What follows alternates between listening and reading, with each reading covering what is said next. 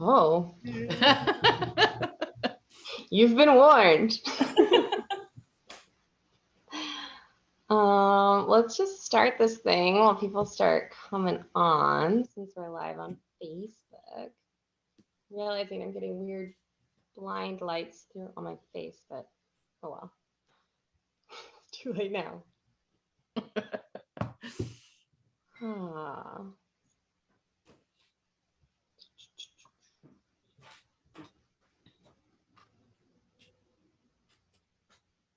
I think your beret matches the color of my sweater. I know, I like this. I don't know how you're oriented in your screen, but it's like red, like normal on mine. It looks good. I know, I should have put something red on.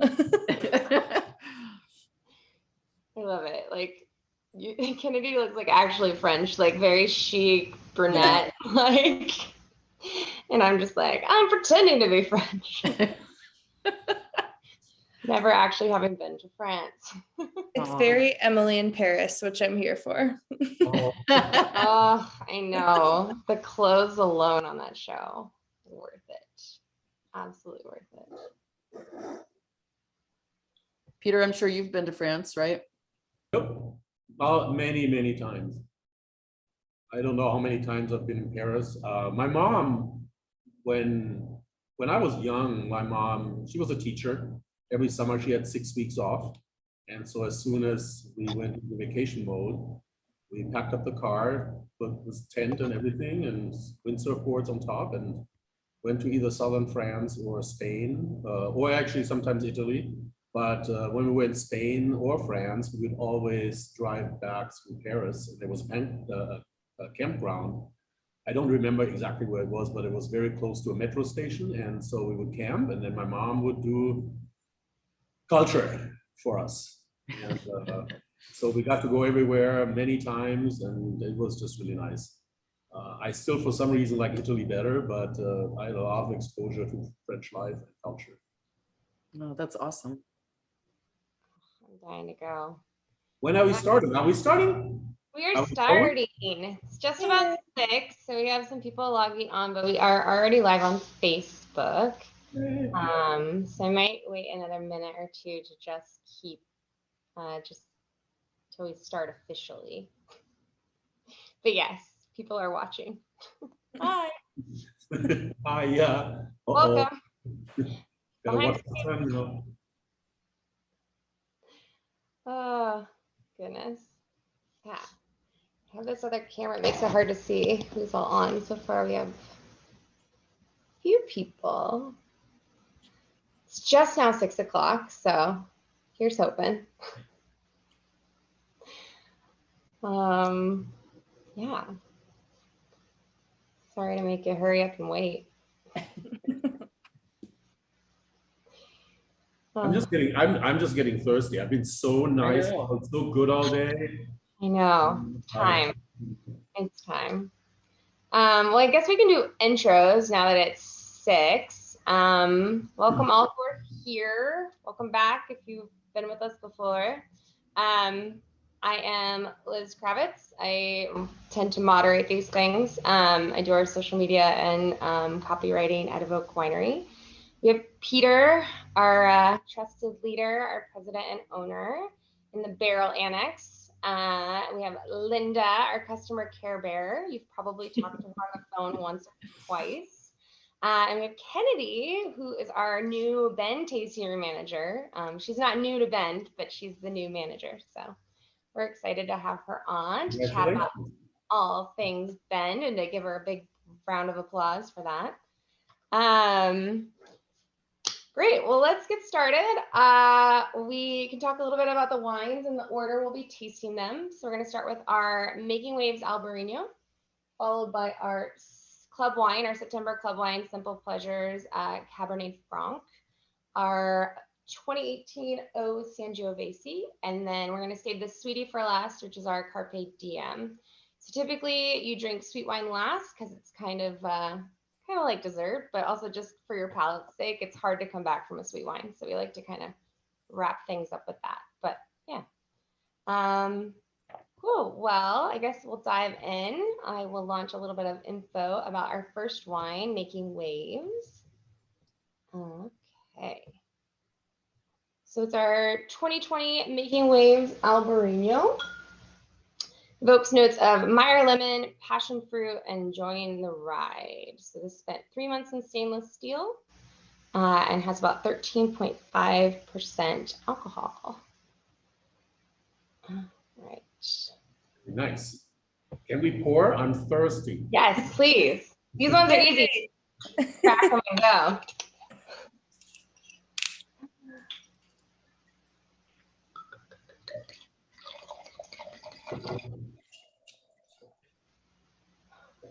Another hand. Look at the surfer.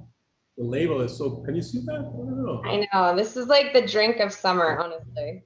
Yes. I've literally So had nice. people describe it as summer in a bottle. Love that. That's Love great. that.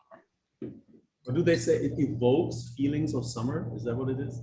Evokes notes of Meyer lemon, passion fruit, and enjoying the ride. So paddle out past your comfort zone and make a move. Drop in and disrupt the status quo. Excuse me. This is your moment. Life is either a daring adventure or nothing at all. And then the question on the back is, when is the last time you made yourself proud? So right now. But I feel Making Waves really works for our company because I feel over the years, even before Evoke, when we were naked, you know, we were making waves in the wine industry, That's true. right? Totally. Because we kind of roll things up in a different way. And I think that label is super fitting. And being a surfer myself, I just love the label. It really works for me. And so does the wine. Very refreshing. And Okay. it's actually too easy drinking because if you don't watch out, it just goes down so easy. And What do they say? Danger water? Yes, that's exactly it. somebody used liquid Coke at one point. Ooh. I don't know what that means because I've never taken Coke. I don't know what. I mean, I do wine and maybe some vodka, but you know, I have no Oh idea man. whatever that liquid Coke means for, you know, all right, I take it. It definitely does go down way too easily and quickly. Compare it with pretty much anything that you would squeeze a lime or a lemon on, like anything. It's gonna be beautiful. Yeah, so we actually just brought the grapes in. We source these grapes from the Yakima Valley and from Grandview. It's the Dutchman Vineyards. They changed ownership. I think it's now called by a firm called Matheson's or something like that. But we've gotten these grapes ever since we started Albarino. And it took us a little bit to kind of figure out those grapes and how to make the wine really work for us. But over the last 3 years, I think every single vintage has been tremendous. And the vineyards, the communication with the grower is really good now. We are kind of in sync. They let us know when, so they have learned when we like to pick, how much, because we buy it by the acre, or at least we tell them how much we want to get per acre. And we kind of found the sweet spot on that. And Elena, like I said, we all learned, and especially Elena really figured out how to ferment it really cool and steady and slow. And that's why you have that total richness of these super flavors, including that lemon. It's just fresh. It's really nice. And it is sitting right a little bit down. I'm in the winery right now in the barrel room, but the tanks are getting full. And the Albarino is sitting in cooling jackets and slowly fermenting away. And it smells amazing out in there. Oh, love it. Love it. Let's see. I'll launch a little poll here about what we're all tasting. So this Albarino is making waves with flavors of lemon zest, juicy, I think I meant juicy, but I said juice. Juicy nectarine. We're really getting stone fruit. Catching a wave in Barcelona or passion fruit. For me, like total lemon. Like this is just so good. I actually think, for the most part, I mean, I think lemon is really dominant. I like catching a wave in Barcelona. They actually have some waves, well, not maybe directly in Barcelona, but close by, depending on how the winds are. Oh God. Don't you want to go? Yeah. Yeah. I mean, don't you Yeah, just true. want to travel a little bit internationally? We're traveling now. It's a little trip to Spain in a glass. And then we're going to France and then Italy. I get a little bit of maybe a little bit of tangerine and a little bit of mango. Okay, yeah. Cool notes.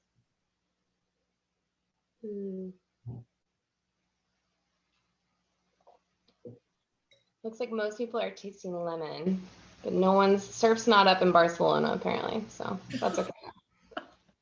Is somebody there right now? I wish. I mean, but I tell you, I used to go to a place called La Escaya. It is about 45 minutes north of Barcelona. And when I lived in Italy, there was a big storm that kind of came out of Eastern Europe. And I was driving like crazy to make it to that bay of Rosas, it's called. And with my kiteboard, just to catch those waves over there. So there are waves at the right time. And it was totally worth the 11-hour drive to get there. And That's then dedication. it was 2 days of kiteboarding and then long drive back again. But I was crazy at the time and I really enjoyed it. It was fun. So making waves works for me. Yeah, 11 hours worth. And Spain works. Spain works for sure. I have a lot of club members that ask because they love Albarinos. Is this something that's kind of just making more of a comeback?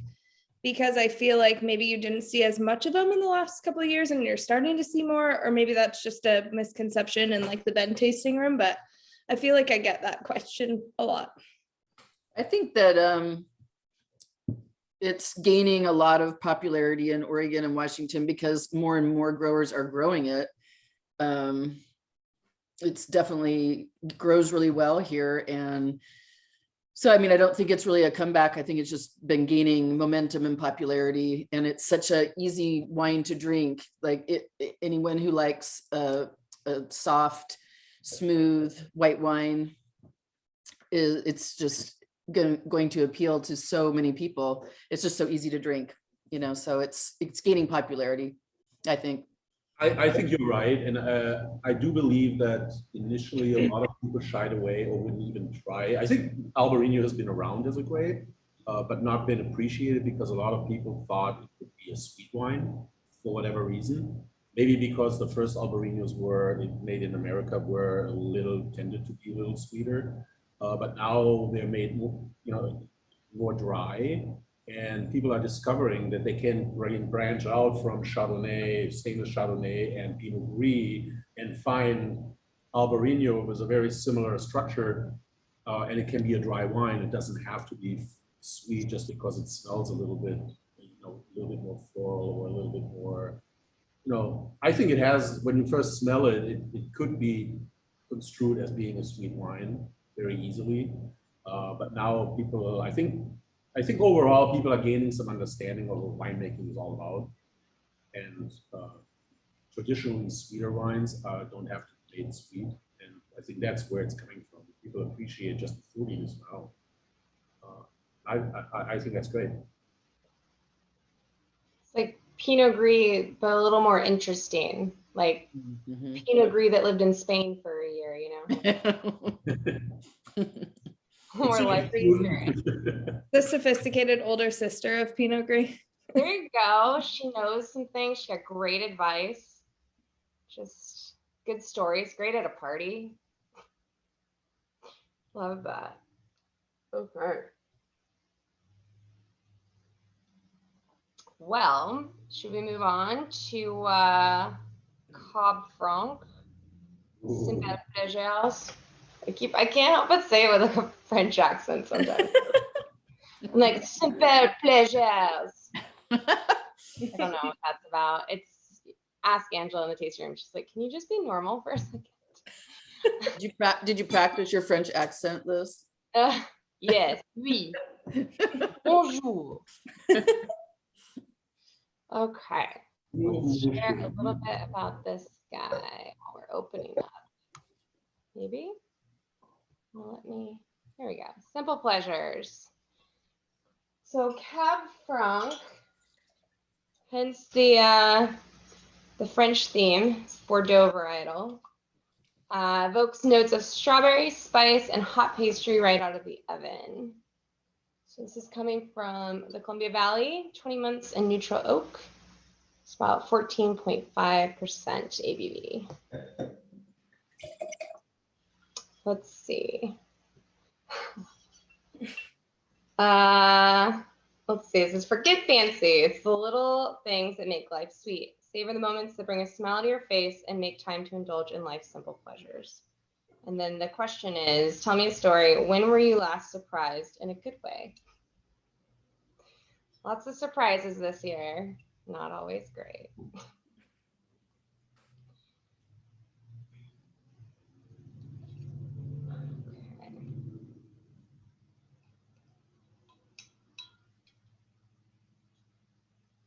This is so Cab Franc to me.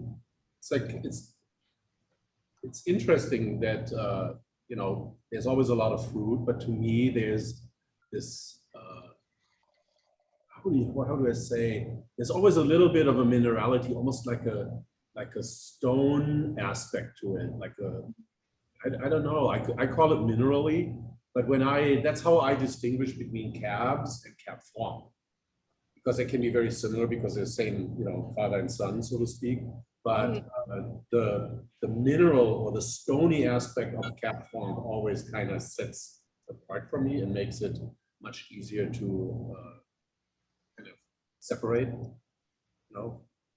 Yeah. I think that was one of the tasting notes I looked up. Was they mentioned like crushed gravel is something. Right. Yeah, something like that. Right. Mm-hmm. I don't know. I mean, it's, the interesting part there though is, have you ever eaten crushed gravel? No. Or even for me, saying it's minerally, I mean, do you really lick a stone? Or I don't know. But for As some a child, yeah. it's always been one of those things that people talk about, right? Yeah. But I guess in some way or form, I must have had that experience in some way because I have that association. And I talked before about taste memory, and maybe that's just a memory. Maybe when I was young, when I was a child, maybe I started licking stones for fun. I don't know. But it is something that to me Cab Franc has, and people talk about, and I feel I can taste it. I can, it is part of that particular varietal to me. So Definitely. I feel like it's taste, but it's also just like that feeling on your tongue. That's different. Chalky almost. yeah, It's kind of like dusty tannins. It's different than a Cab Sauv tannin. I don't know, it's subtly different. I kind of feel like it tastes, it's got that astringency to it, but not like where your mouth is totally puckering. And it also tastes kind of, for me, a little bit more of a woodsy taste to it. I don't get the minerality thing, but more of a woodsy, earthiness to it for me. I think there's a little bit of, and I'm very sensitive to that, but there's a little bit of the pyrozines, a little bit of like a vegetable, and maybe that's what you mean by earthiness as well. Yes. A little bit of bell pepper, maybe. but in a delicate way. So it's not something, because some people go like, oh my God, bell pepper, I don't want that. But this actually creates some complexity in this wine. So I can see that. We did kind of a deep dive on Cab Franc on the blog on our website, and pyrazines are definitely like an attribute of Cab Franc, Cab Sauv, Merlot, which is funny because they're all related. Like Cab Sauv and Merlot are both like progeny of Cab Franc.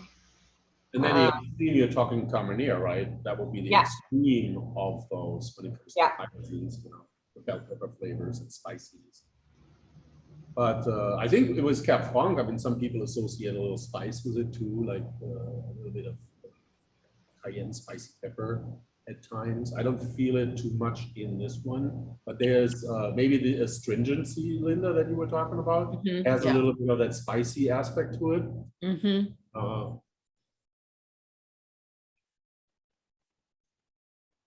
I was trying to think about, I like to try and think about what foods the wines would go well with. I think it's fun to think about that.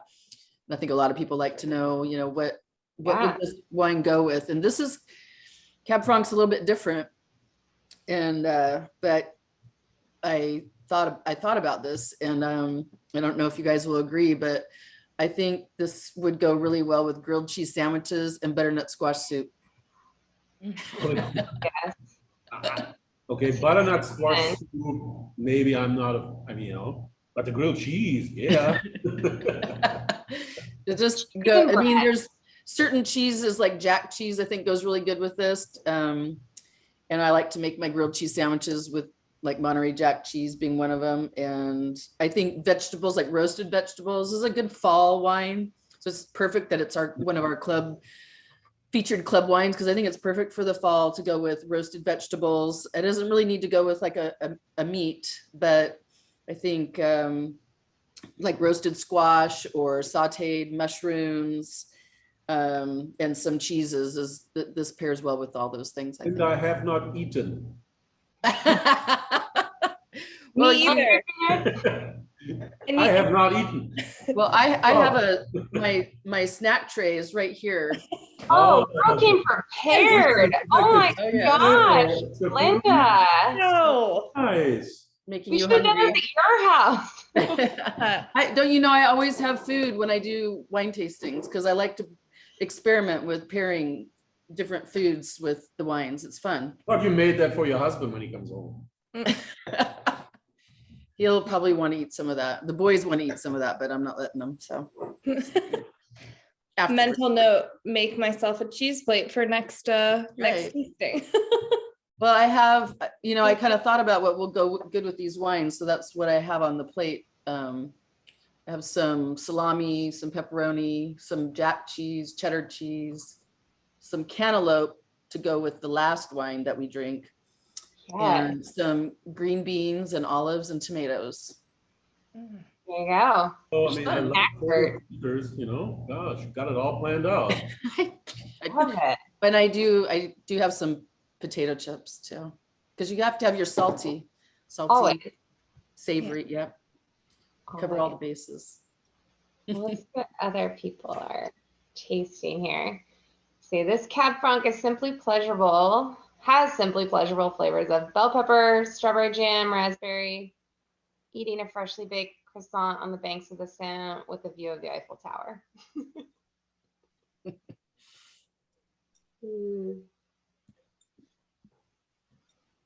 I'd be curious. Anybody commenting on that? Yeah, most people are in France. In France, okay. Wow, wishful thinking, right? Oh, I know. I want to go. Let's see.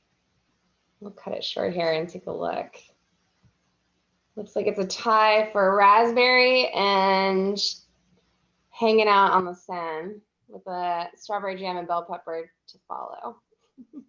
You know, they said that Notre Dame is going to open back up in 2024. They're going to have that's awesome. I just read that the other day. Yeah. So. That's That good might be worth a trip. for sure. My husband studied abroad in France and has been several times and speaks French. And so he's like not interested in going back to France. And it's like the only place I want to go. You'll get there. It's awesome. I've only been there once, but it was amazing. Oh, Paris was awesome. I have to go. Yeah. Everyone should go there at least once. My last Europe trip was cut short a little bit because I went with the wrong travel partner and France was on our list. We didn't quite make it there, so No. real not perfect, you know. Next time.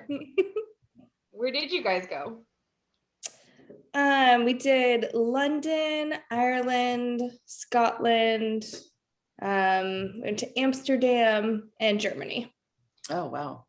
Not Yeah. enough wine on the trip is the problem. Not enough wine. A lot of whiskey in the first part of Ireland, Scotland. And then, yeah. That's where it started to go bad, or? Yeah. Probably. We're I not think big I'm on more of a go with the flow traveler, and I'm always fine with adjusting plans. And they were just like, everything had to be planned down to the second. So it was, yeah. I would go nuts. I cannot do that for a minute. I Yeah. can have a rough outline and I can do, I don't know, I mean, just really rough scheduling, but I know.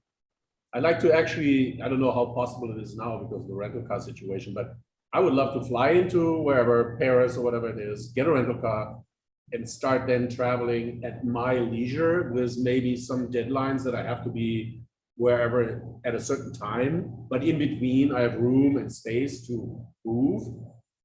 Because I mean, no, I cannot do every day planned out, every museum, every place I visit. That is just not me. No, I would go crazy. There was one day where we like fought over taking a train like 2 hours later. And I was like, okay, we're different travelers. Yeah, no. Well, that just reminds me of that movie Wine Country, where the one gal, she plans out every single thing of their trip. Have you guys seen that? Mm-hmm. Plans out every single thing, like over plans it. I mean, and it just drives everybody you can't crazy. even relax anymore then. No. I mean, how can you enjoy the moment when you're already worried about making the next timeline? Yeah, you can't enjoy anything. I think usually the spur of the moment, unplanned, unexpected experiences you have, especially when you're traveling, usually are the ones you remember the most. Right. Not the ones that you planned out, because then you have too many expectations and you've kind of already lived it just in your mind before you even get there. But those ones that just present themselves and you just kind of go with the flow, that's where you're surprised the most and usually creates some of the best memories. Yeah, I totally agree. Funny, that's kind of the premise behind when we were developing the idea of like making memories as part of, Evoke. And it was like that the best memories aren't planned at all, that they happen totally by accident. Like it's all the things that go wrong that are actually the most memorable.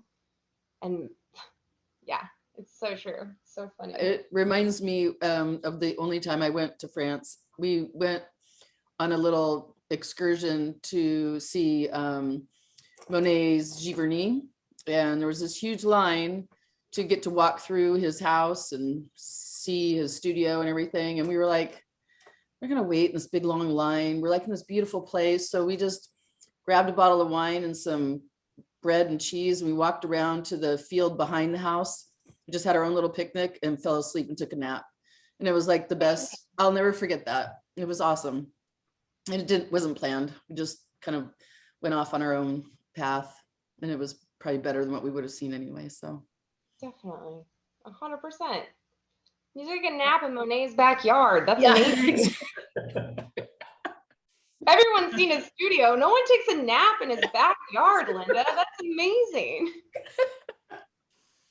That was great. I love We had a that. little jet lag going on, so I think that's why we fell asleep. Oh, there's but- that. Yeah, but I mean, the wine probably tasted better. The cheese, whatever you ate, tasted better. Oh my gosh. Only because of the surroundings and just that moment, you know, Mhm. that's where the memories come from. And yeah, you got to relax about it. Yeah. Never stand in line if you can avoid it. Oh, I know. Life's too short. Cheers to that. Well, should we open the Sangio? Should we head to Oh. Italy? Yes. France was great. Let's catch a train to Italy. Let's not fight about the time. But... I want to go 2 hours later. I think Italy was on our list too, and nope, No. didn't make it there. No. But it's great because now I have like the opportunity to plan a different trip with like people who like to be spur of the moment. Absolutely. All right. So 2018 O Sangiovese. So hints of strawberry, cherry, and spicy aromatics give way to a palette of cassis, creamy vanilla, and oak flavors, medium bodied with a lingering and savory tannic finish. So it's been about 27 months in neutral oak, which is probably why it has a lot of creamy vanilla flavors. So this is actually 87% Sangio, 7% Cab, 6% Zen, and 5% Syrah, but mostly Sangio, which is why it's labeled as such. It's super Tuscan. Yeah. Yeah. It's delicious. I'm excited. Yeah, I think this is a good example of sort of the winemaking that we here at Evoke, is where we try to use a single varietal to the point of, you know, making the wine as close as possible to be able to call it a Sangio and be true to its expression. But then on top of that, we always look for how can we make that wine better or the best it can be given where we are at the time. And I think Elena, Adam, and myself, we did a really good job in taking close to 90% of the Sangiovese and then fine-tuning it and finding little parts and ingredients that kind of finishes this wine off, still being predominantly Sangiovese, but almost like, you know, the super helpful that we are going to release shortly. It is a little bit of a super Tuscan because we did blend other things in, but we did it with the purpose of making the wine the best it can be. Right. The Sangiovese first place, that, you know, the grapes that we got. And that is really the fun part that the three of us really enjoy. And I think that's also what Liz enjoys, or the office, or Linda, you know, when here in Hood River, when you are working in the central office, which is above the winery, you often get the opportunity to taste samples of, or trials that we are doing, and everybody gets to express their opinions and share feelings about what we are doing downstairs. And I think this is just really something that came together really, really well. I'm super proud of it. Mm, It's delicious, Peter. You guys did an amazing job. it's I mean, great. I could drink this every night. It's so good. I love it. You won't be able Got to. marrow in I won't, because my husband will drink it all before I get a chance there. to. Ah, Oh my God, that is something that Linda actually said earlier. She took wine home and opened it to get an idea of what it tasted like last night, you said, right? Yeah. Tell us all what happened. Well, we opened the wines and did a little virtual tasting last night. did your homework. Yeah, I did my homework, and you know, it's really a rough job. And then I knew Jared loves this Sangio. He thinks it's the best wine that we've ever made. And I come downstairs this morning and I can't find the bottle. And I look in the recycling and there it is. And it's empty. He drank the whole thing. So I had to go to the warehouse today and get another bottle. Oh, poor Jared. Jared. Yeah. That's Oh. like my sister and I, we just finished, well, semi-finished moving into our new space. We moved from Redmond to Bend, which is great for me. And now I'm a 10-minute walk to the tasting room. Oh, Amazing. that's awesome. Yeah, but we had a little pizza party with our family here the other day. And my little brother is kind of like the bougie wino of the family. So of course, with the pizza, first thing he goes to grab is this Sangiovese. And it was fantastic. Oh, I mean, God, I think there was a question about what would you pair it with, right? Yeah. I was gonna say, Donald wants to know what he Pizza wants. is like the perfect dish, you know, I mean, a good Italian pizza and then maybe a little bit of a tomato salad. Hello. Marinara sauce, bolognese, spicy pork sausage in your sauce. Oh God, Oh my no, God, I'm did you just hungry. hear my stomach growl and grumble? I mean, I'm so hungry. Well, next time we need to do one of these tastings at my house in my kitchen, and I can cook for you while we do this. Okay, done. Yeah. Done. Because I do actually have a really good meat sauce that Jared made, and I made chicken parm and spaghetti, and it's delicious, and it's in the fridge. I'll probably have some later. So I've been watching the Stanley Tucci Finding Oh. Italy series. My mind was blown the other day when I came to the realization that tomatoes are not native to Italy. They came from the New World via Spain. It was because one of the Medici married a Spanish princess and brought tomatoes to Italy, and that is why we have all of these miraculous Italian dishes. And I didn't realize that. I just thought like, oh yeah, there's been tomatoes in Italy forever, and that's why it's so good. But no, not true. Not true at all. They just took it and ran with it and were like, now we are the masters of this. But I guess they introduced it at the right time, and then Yeah. people recognized it. It became something fashionable, and they developed. I mean, and now look what you see. I know, it's incredible. I just didn't realize, which makes me think like, can you pair Italian wines with like Mexican food? Like foods from South America where tomatoes come from? Like, I wonder. I have not tried these things, but I wonder. I think wine pairs with almost any type of food. Mm. You know, I mean, there are enough of varietals and options, Absolutely. but it's like interesting that we always associate France and Italy with pairing wine and food as our primary. If somebody would ask, when you're looking at wine and food, which countries come to mind? Oh my God, everybody's going to tell you it is France and it's Italy.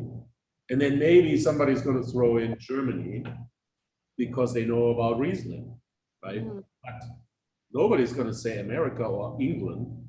Or Vietnam, or They might say South America when it comes to, you know, like Tannat, Malbec, and some of those wines paired with barbecues over there. Yes, but really it is France and Italy that have established the wine pairing with good foods, and tomatoes are just for Italy at least the main ingredient for everything. I was researching for this.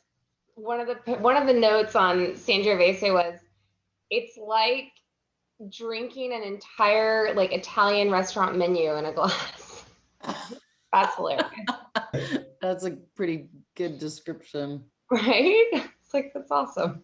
One thing I really like about the Sangio and the way that we make it, or Peter and Elena make it, is, I mean, it has such a long, and pardon the pun here, but it has a long lasting finish. It really lasts for a long time in your, in your mouth. It's not just one of those wines that just falls away after, you taste it. It lingers and it lasts for a long time. And I love that. It's got that vibrancy from the acidity. But I like that complexity and that long lasting finish. I appreciate that. I think I do agree that this is one of the almost better expressions of Sangio that we've ever done. And it's what I like about it. It has all the acidity, the structure to pair with food. But then also I can envision, and I look forward to that, this late fall, winter, it has enough to stand just by itself, has a little bit of that velvety, smoky, little bit of, oak, but not like overpowering. It's just all balanced out really nice. So you can just have it, you don't have to have the food with it. No. It will hold up to food and complement it, but it complements a nice fire, a cuddle moment just as well. Yeah, cuddle moment. You're talking about pizza or tomato sauce and all of that. And Peter, a little side note is because you're from Germany, we were watching a program the other day about Handel, the composer, who's German, but he spent a pretty big chunk of time in his younger years in Italy to study Italian Baroque music. And in this program, they showed or talked about that Handel ate Italian pizza. And this is in the 1600s. So they were making pizza with tomato sauce back then. So there's a nice German-Italian connection there. There you go. I bought a pizza oven. It's true. I have a wood fire pizza oven in my yard. It's not as easy as I thought. So you have to really plan ahead a little bit, getting it all fired up and everything. But man, it's so basic, but pizza is great. The Italians got that food thing figured out. Nailed it. They nailed it. Yeah. You win. You win, Italy. You win. Pasta, pizza. All my friends are carbs. Wine. I love a cab. Let's see. So I threw up the polling for what this O tastes like, and almost everyone agrees that it tastes like drinking an entire menu at an Italian restaurant all at once. Almost everyone. Love that. But I also I want to throw in there, this is not a wine you drink fast. Mm-mm. Oh, no. This is so rich and flavorful and somewhat even, powerful. I don't know the alcohol is fairly high on this as well at 14.8, but I really think this is not something you want to just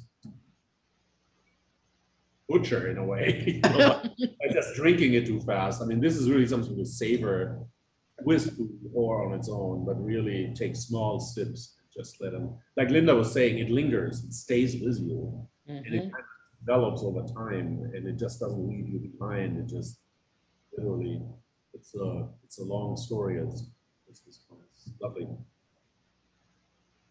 Good job. But you do have to be careful because you could end up drinking the whole bottle in one night, like some people have done. We won't mention. Well, you have another chance tonight. I know. I'm gonna hide this bottle. He doesn't get it tonight. Well, yeah. Then the people in your life are always constantly like, "Oh, you got any Sangiovese around here?" Totally. Love it.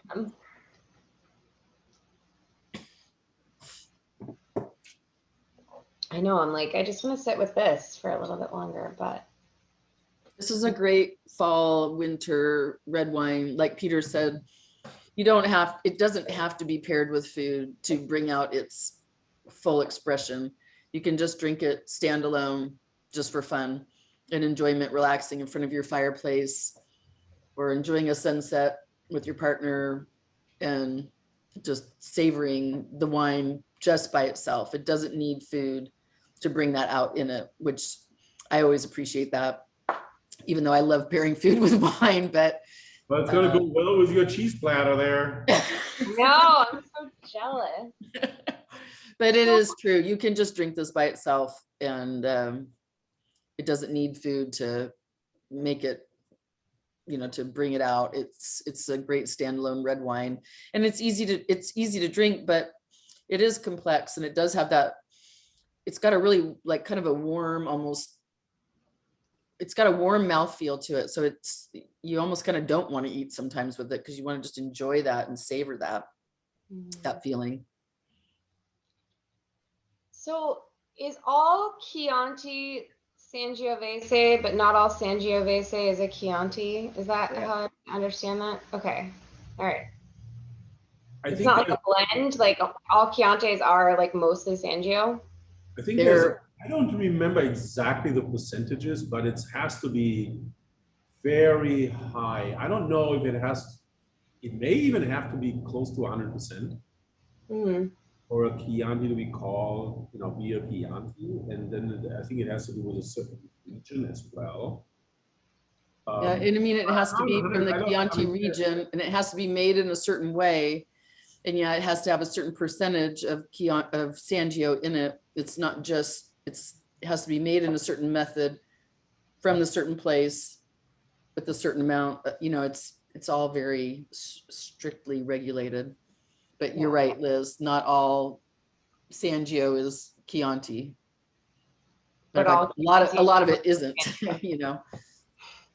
Okay. I was trying to like correlate the two, because I was like, I did not realize that Chianti was Sangiovese at all. It's a place. It's a region. Right. That's the thing that's so confusing with Italian wines, is typically they're named for where they're from, not the grape, with the exception of Barbera. Okay. I mean, I guess you could say the same about like Bordeaux and Champagne as well, but like, or like, Beaujolais Nouveau. Right. Bougie Nouveau. You haven't tried that one yet. I've been drinking it cold, and it is a revelation. Oh my gosh, it's so good. It's perfect. Anyways, I digress. That's okay. That's something everyone can look forward to, that one, and probably the next virtual tasting. I don't know. We only made about 100 cases of that. So. Oh, well, get it while you can, folks. Yeah. Nouveau. Nouveau. Bougie Nouveau. It's not boogie. It's not pronounced boogie. Just in case anyone's wondering. Bougie. Like, I don't know. Like bourgeoisie, but bougie. All right, should we move on to dessert? Oh, I have to get mine out of the fridge. Oh, get it, girl. Let's see. Maureen, how do I get Evoke glasses? I have only Naked Winery. Just let us know. We'll send them to you. They're available on the website and in tasting rooms as well. She's in Virginia, so they are available on the website. They should be anyways. But just fly out to Oregon, visit us in one of our tasting rooms. Right. So Maureen can call our Care Bear, Linda. Yeah, call Linda. Call Linda. We'll place an order and we'll send it out to Virginia. That's right. I did have somebody today on the phone kept calling me Liz, which reminded me of our former name, which was Lizda. Lizda. He used to be Lizda. But I did want to make a shout out to a club member who didn't get his wines in time to participate tonight, Dave Moses. Yeah. You'll watch the recording later. So Dave. Shout out to Dave, who's been a member for a really, really, really long time. And he's in Indiana. So he's he'll get his wines probably tomorrow and then watch the recording at a later date. Cheers. Cheers. Cheers, Dave.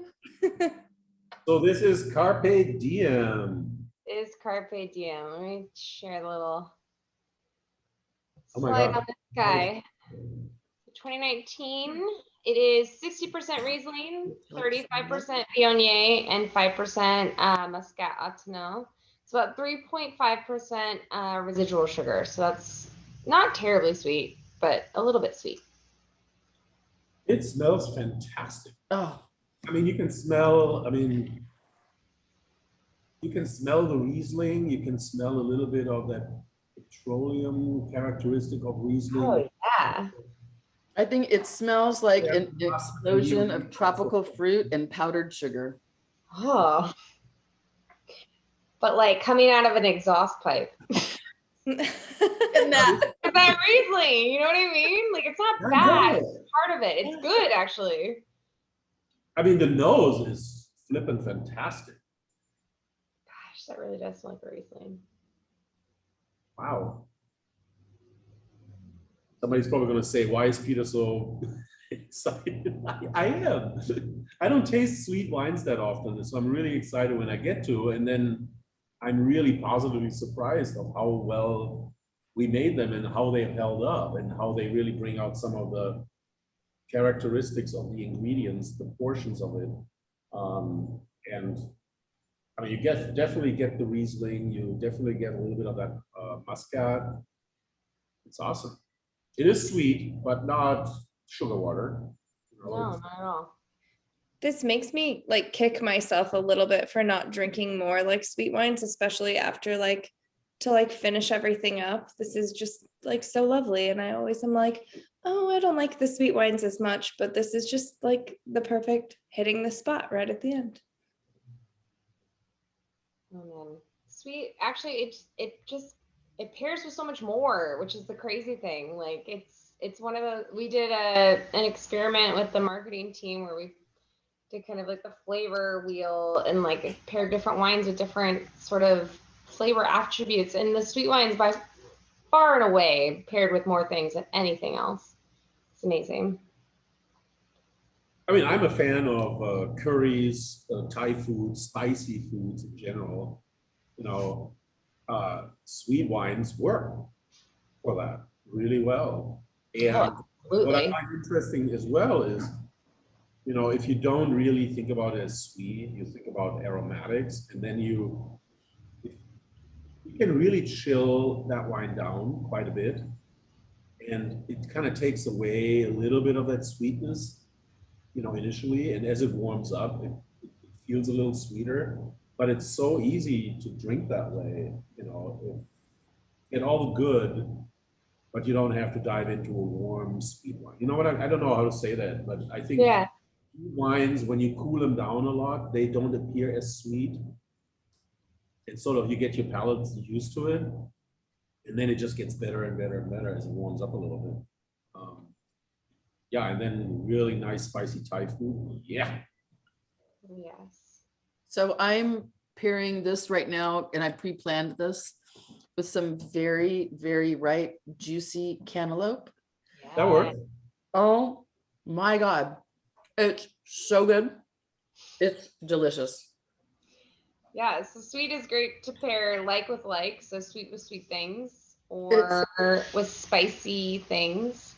But it's so weird because when you have the cantaloupe with the wine doesn't taste as sweet. Yeah. It's somehow they kind of almost, You're bringing those two sweetness levels, you bring it together, yeah, kind of balances out. Like Liz was saying just a little bit earlier. yeah, they like kind of cancel each other out, I guess. a little contrast, right? Hmm. Yeah, it's delicious. I'm gonna make some like Asian food or something this evening, just so we can drink this bottle. So good. Right. I know. I'm curious now, like when they give you the 1 to 5 spice level, what do you guys order? It depends on which restaurant I'm at. Okay, fair. I think a 4. I can't do full on. It's like if it hurts, it's not as much fun. Yeah. You know? But if you have a sweet wine to like chug along with it, it's a little dangerous, but it's also a little more enjoyable. I do 4. I think 5 sometimes is just too much. Punishing. Oh yeah.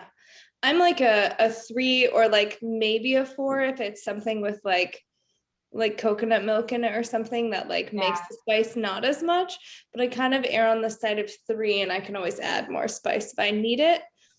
But if I had a sweet wine, I don't know, maybe I could always go 4. So Well, Dan I'm the says- weak link here. I do like maybe a 2 at the most. I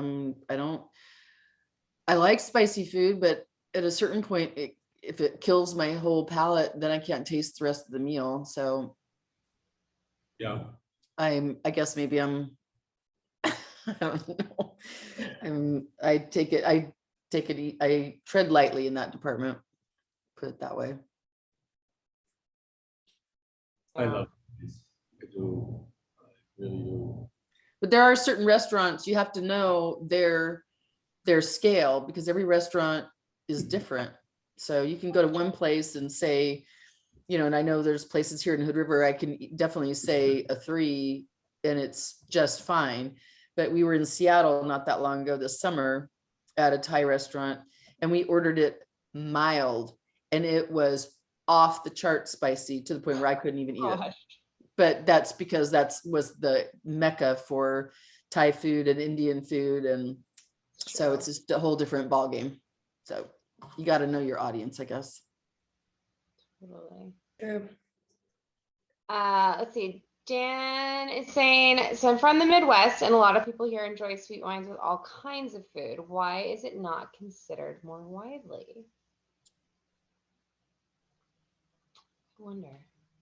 Kind of interesting. I mean, it does seem to be. I don't know why, but it's like the East Coast and the West Coast seem to drink drier wines, and then more in the middle and in the southern states, you look more at sweet. And I do not know really what that is.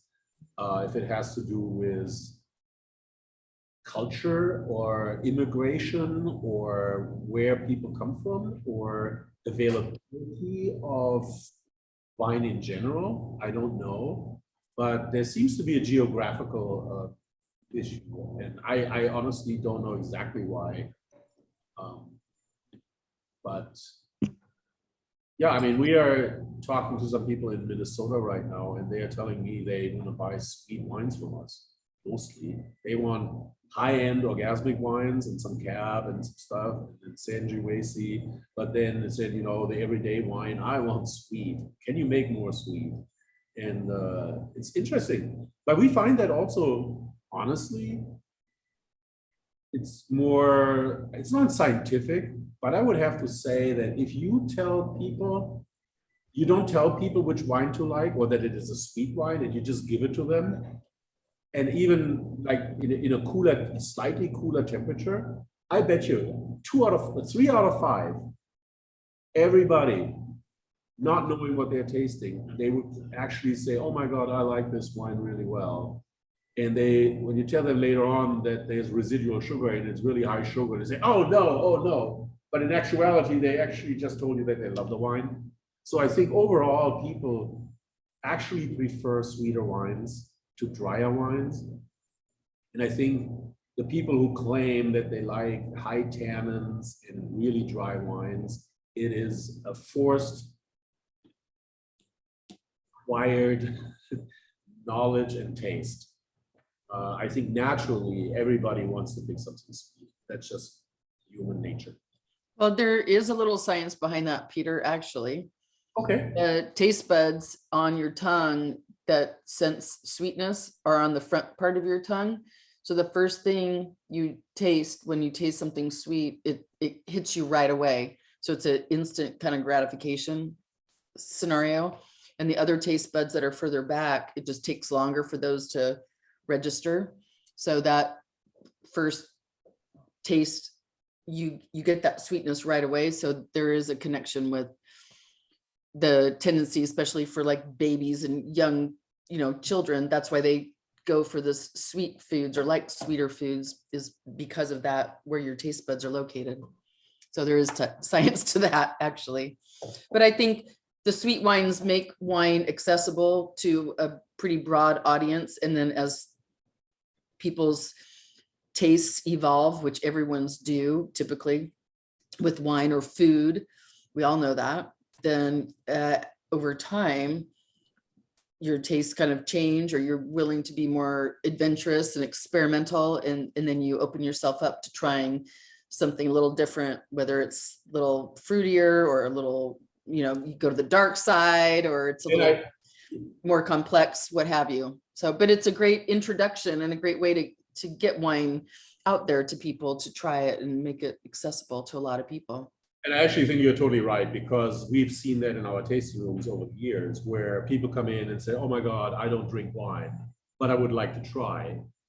And then, or they say, I only like sweet wines. That's the only exposure I've had. And then they try the sweet wines and they say, oh my God, I love it. And we've seen this. We've had people try sweet wines, and then we have a sweet wine club, or had it, still have it. And they sign up for it. And then over time, they come back in and they say, well, do you have something red that I can try? There you go.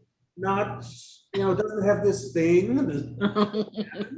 And so then we usually had like the bombshell red. It's a little sweeter, but it gives people the feeling, oh my God, I can actually like a red wine. And then they go from there to the Diva Sangiovese. That's a little bit, higher in pH. It's just a little thicker, maybe a little velvety. And all of a sudden, and that's why we ended up making so many wines, because we were able to actually capture initial wine people who were not experienced in wine but wanted to try, and they would drink sweet wines. And then we kind of almost had this journey with them to something red, something a little bit drier but soft. And then all of a sudden, they go from sweet wine club members to mixed to maybe red. And I think that is how it should be. It's all about the journey and the discovery of each individual. And Making memories. Yeah, and you study and you learn, or you get used to something, and preferences change over time too.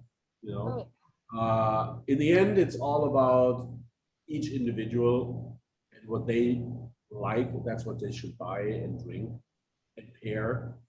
In the end, who am I, or who are we to tell, you need to like this because of? No, it's about you. It's about what you like. That's what you should drink and pair. Oh. Yeah.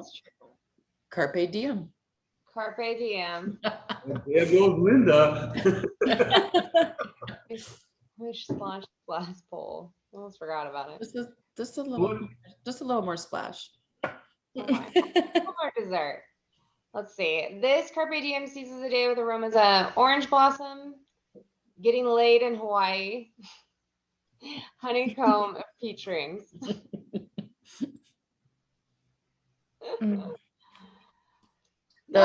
I started drinking wine, it was either Martini and Rossi Asti sparkling, which is super sweet, or Barefoot Moscato, and that was my go-to. And then it just, it evolves, honestly.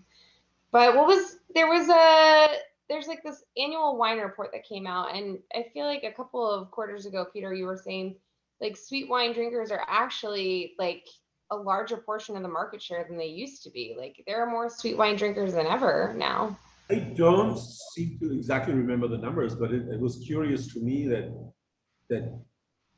people are gravitating more and more, or maybe it's just people acknowledging the fact that, hey, truthfully, I like sweet wine, or I like sweeter wine.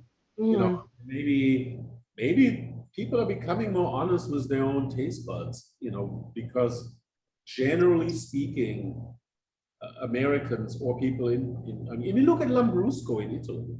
Oh, yeah. They're selling red wine ever. And then it disappeared, and now it's coming back because people like sweet. And they're actually over this little snobby thing. They're saying they're actually drinking and tell people what they like, and other people are accepting it. And I think I would not be surprised if this movement is real, and that we will have people ask more and more for some softer, slightly sweeter red wines. Maybe not like Bombshell, but look, there's some wines out there that are sweeter, that are flying off the shelf. Yeah. I think that part of that, Peter, is also that the sweet wines are more palatable to the new wine drinker. It's kind of the foot in the door, so to speak. And one thing I've always said to customers and members over the phone is, we make so many different wines. We have something for everybody. And Yeah. it's not about, doesn't matter whether you like white or red or sweet or dry or fruity or whatever. It's whatever you like. We just want you to enjoy what you drink. It's, you know, Tell us what you like, because maybe yeah, it's, we want you to enjoy your wines. And if you're a member, we want you to enjoy your membership. That's the most important thing. We're about, you know, we want you to enjoy what you're drinking and enjoy being a part of our family. It doesn't matter, you know, the Sweet Club is always been a big club. And yet, you know, Peter, when you're talking about that, people do graduate out of that and move on to maybe the all white club. And then they go to the all white, no sweet. And then they go to the mix. And because I do that for our members all the time. And they talk about, you know, well, I started out in the sweet, but now I do you have a club where I can have some reds from time to time? Yes, And we do. I love that because we have something for everyone. That's one of the things I've always admired about our company is we make so many different wines. There's something for everyone. I totally believe in that. well, it's because we've always, from the beginning, we've never made wines for the owner or the winemaker. We've No. always made wines for our customers. That was always the primary target and the most important thing for us. We've always looked at that and we are true to that. And I think you know, people see that. And unfortunately, sometimes for the winemaking team, it's a real challenge to make that variety, that lineup happen. But I think that is what we are known for. And we believe that it's the right thing to have the right wines for everyone. If they know what they want, we can match it. I really feel that. I totally agree. I think that we have done such a great job of making such a wide variety of wines and making it so comfortable to come to our tasting rooms for novices that they're not intimidated because we have something for everyone. And we just have done such a great job of making our wines accessible and it's a comfortable experience. You don't have to be intimidated. And it's just, I think that really Evoke Naked Winery really put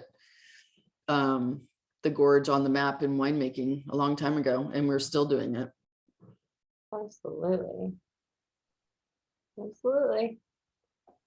So do we have any questions? What do people? Yeah, let's look at people are Q&A not here. Let's see. A couple from Shelly. Says, We wouldn't want to read anything. as you mentioned pyrazine, what is that? What? Excuse me? What is pyrazines? It's like methopyrazines, actually, I think technically. I mean, from what I understand, it is a compound that's naturally occurring in these varietals that happens to have also a flavor that is bell peppers. Yeah. That's how I understand it. I don't know. Veggie, it's a chemical compound that's inherent in a lot of those red grapes. Carmenere is one that carries a lot more than some of the others. It is the way you taste it is very bell peppery, very vegetable-y, and almost green, and people don't seem to like that in volume. However, if you introduce just a little bit of that, like in a Meritage or Bordeaux blend, the Cab Franc that expresses some of those flavors, or a little bit of Carmenere, you really can create a lot of complexity based on the concentration of bell pepper or those pyrazines. Yeah, pretty much. Yeah. Let's see. And then if anyone has any other questions, now's the time. Another one. When was the last time you were surprised in a good way? which is one of the questions for sure off the bottles, but surprised in a good way.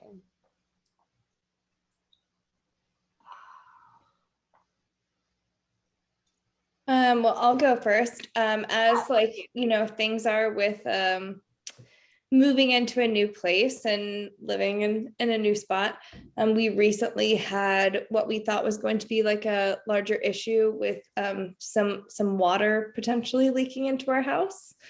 And we had like 3 different people come out and look at it. And like the first person gave us kind of a bad diagnostic. And then the second 2 were like, oh, we think the first person who looked was just a little bit lazy.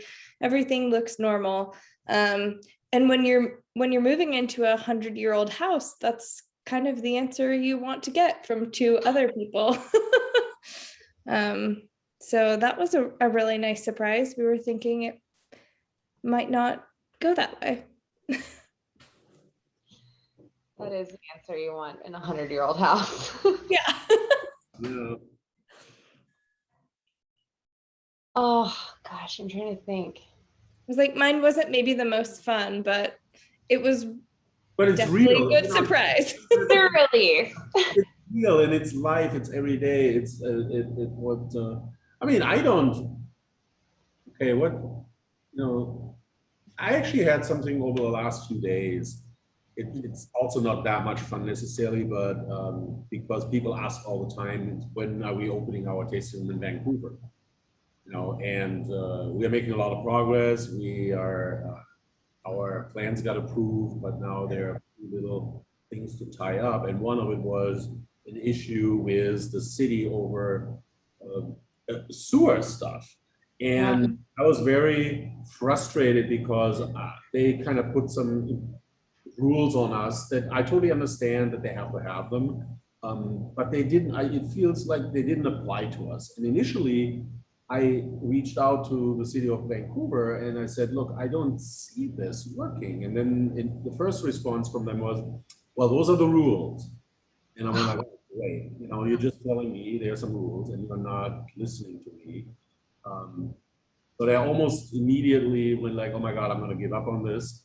But then instead, I kind of followed up and asked questions, and I said, why, and this is how I look at it, and so on and so forth. And then all of a sudden, somebody I didn't expect to actually listen to what I had to say, they said, I hear your frustration, and it doesn't make sense when you tell it to me this way. So let me go and research. And then they say, well, if you can give me this information and you can tell me this, then maybe I can go to the sewer, whatever, and find out if you qualify in a different way to do it in a certain. And I went like, wow. Initially, I thought like, oh my God, they're not even talking to me. They know, they're just going to stamp this thing and say, no, you have to pay this money or you have to do this stuff. And then they started listening and then we started working together. So I was so impressed by a city and how willing they actually were to listen and help. And then today we resolved the issue and I was super excited and I was positively surprised. How that went down, and it really changed my attitude a little bit in a really nice way. So yeah. Heck yeah. Trying to think of one. I ran 10 miles on Sunday and I didn't know I could do that. That surprised you? That's impressive. I was surprised that I was actually able to do it. Oh gosh. That's the only thing I can think of right now. I don't know if that's good or not. Linda, what surprised you? Oh gosh. So when I worked in the tasting room, whatever that was, 12, 13 years ago, I was not a fan of Nebbiolo. Just didn't like it. Did not like it. Just wasn't my cup of tea. I liked the Barbera. I just couldn't get the Nebbiolo thing. And Jared would do these educational tastings for the employees. And one of them was going to be on Nebbiolo. And he asked me if I was going to attend it. And I was like, no, not going to be there. A, I have to work on Mondays. B, I don't like Nebbiolo. And he kind of took that as a challenge. And I did end up going to it. And he brought all these Italian, Barollos and Barbarescos.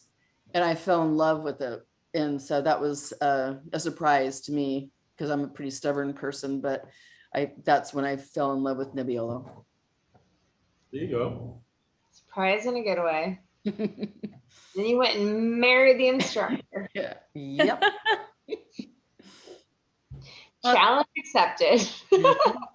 On the most basic level, last night I was pleasantly surprised. I thought we didn't have any dessert, and then I found some frozen little ghost cookies in the fridge. From last year? What are ghost cookies? No, from this year. I don't know who put them in our freezer instead of the fridge, but I was like, hey, we have those little, the Pillsbury like sugar cookies with the little ghosts on them. Oh, you mean a Halloween sugar cookie? Yes. Oh, yeah. So excited when I found little those circles last night. with the ghost on them. Exactly. Yeah. They do all the holiday ones. And I was very pleasantly surprised. I was like, we don't have dessert. Oh, wait, I can make these little cookies. So did you actually bake them or did you just eat them raw? I moved them to the fridge, and then about 2 a.m. I did come out here and eat a piece of cookie dough. That's, again, real, not perfect. Hey, whatever tastes good. What do we got here? Yeah. Really old birthday cake. And they put cookie dough in ice cream. There's, it's just kind of the same thing. Yeah. Oh my God, by the way, I love that. I don't eat ice cream a lot, but cookie dough and ice cream, and maybe like a moose track or so. Oh. So we're gonna log off and go eat. It's like, come on. But I don't know, but I think when I talk about this, I go on those binges. Christy and I will do that, and then we both remember that we seem to have a little bit of a lactose thing going on, and then we feel so bad. Thereafter, it's like, oh. So then I regret the whole. I'm not positively surprised. Well, I think next time we do one of these, when the focus is whether it's French or Italian, we should go to Paris or go to Tuscany. Let's just do it truly in the place where we should be. I think we should. Let's move some wine. Yeah. Yeah. At the very least, Linda, we're coming to your kitchen next. Yes. So that you can make us some food while we do the wine tasting. Absolutely. I have a big, beautiful, brand new house with a great kitchen. I'd love to cook for all you guys. We're coming. Awesome. Well, I hate to cut a good time short, but I think that's all we got right now. Maybe time for dinner or cookie dough. Any questions left or Feels like questions are answered. comments? Maureen says, I'm in clubs in France, Sonoma, and Spain, and I love you guys. That kind of sums that up. Yeah, in Hood River. Yay! Little old Hood River, who would have thought? Well, thanks so much for coming and hanging with us and drinking your club wines. We're just gonna keep doing this because it's fun. Cheers. Yeah, cheers, guys. Thanks so much. Have a great Thanks, night. Peter. Thanks, Liz. Enjoy the Thanks, wine. Kennedy. Thank you, Kennedy. Thank you. Bye, Linda. Bye. Bye.